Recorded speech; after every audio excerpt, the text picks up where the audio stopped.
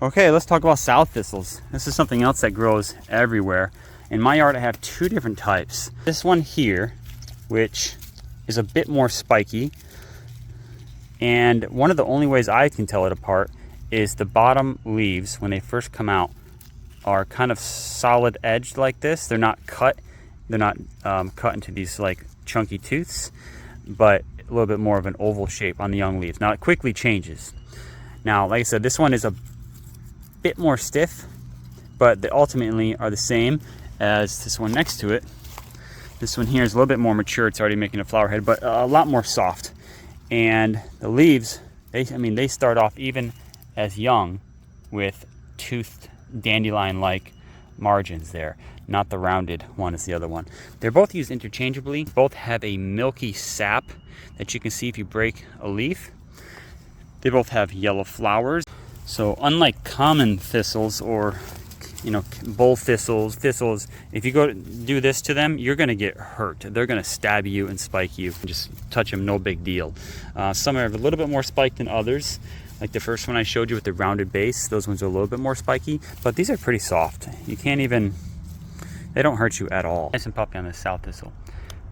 Look at that. Oh, milky. Let's take a look at the seeds.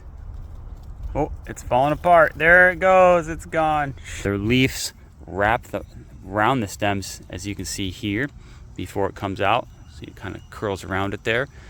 And the flowers are multi-headed, so there's a lot of different flower buds on the top. Unlike dandelion, they get several feet tall. I'll show you some others. Got several here. Here's some more, some others. Here's them starting to flower. Got the flower buds and the seed heads here. On the side of this post, this is probably 2 feet tall. There's its yellow flowers coming out, very dandelion-esque. See it there?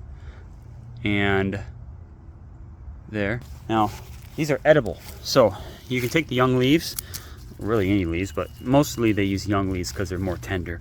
And you would boil them up just like you would any spring green. Let's take a look at inside the stalk here. Stalks are hollow.